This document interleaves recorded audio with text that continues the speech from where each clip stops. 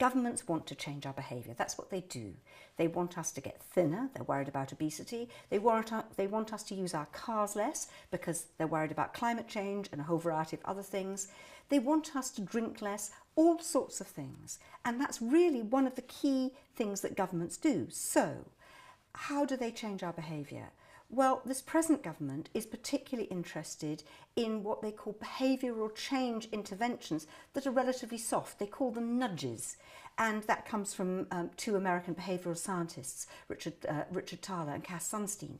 And what they say is you just change the default. So, for instance, we have rumble strips on the road and they make you slow down. Or you change the design of a form and that makes you more likely or less likely to do something.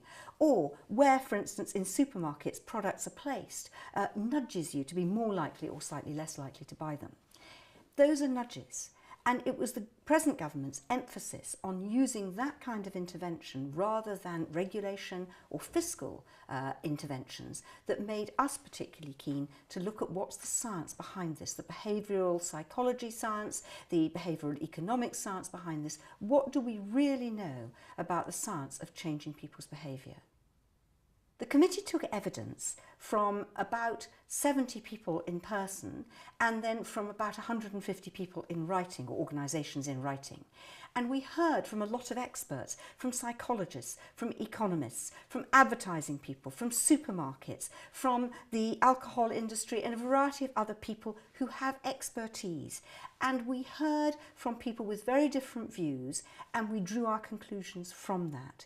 We also heard, if you like, a fair amount of theory, and we had a specialist advisor who's a specialist in this kind of area. The key finding of our inquiry is that nudges, these small behavioural interventions on their own, are very unlikely to give us a serious behaviour change in the population as a whole. And we came to the conclusion that actually government should look at using a whole array of interventions, from these behavioural interventions to taxation, to regulation, to legislation. And it's a package of measures that tend to help change people's behaviour. And we know that to some extent from previous experience. Like, for instance, people will remember with seatbelts, clunk, click every trip, people remember as the slogan, but there was legislation there as well. There was a campaign to persuade you. There were a whole variety of things all happening at the same time, which made it more likely that the population would change their behaviour, and indeed they did.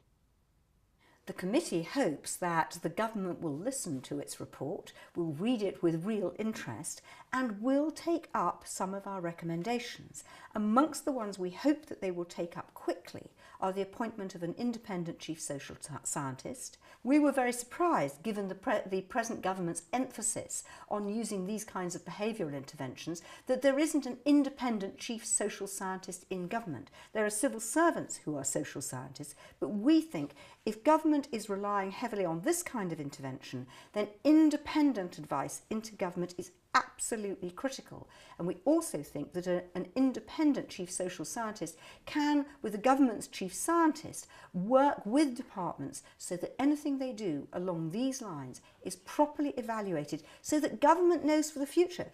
We hope that they will look at their behavioural interventions, and there's a behavioural insights team in the Cabinet Office, and we hope that they will look at putting those interventions together with other interventions to get behaviour change, if you like, properly fixed in departments.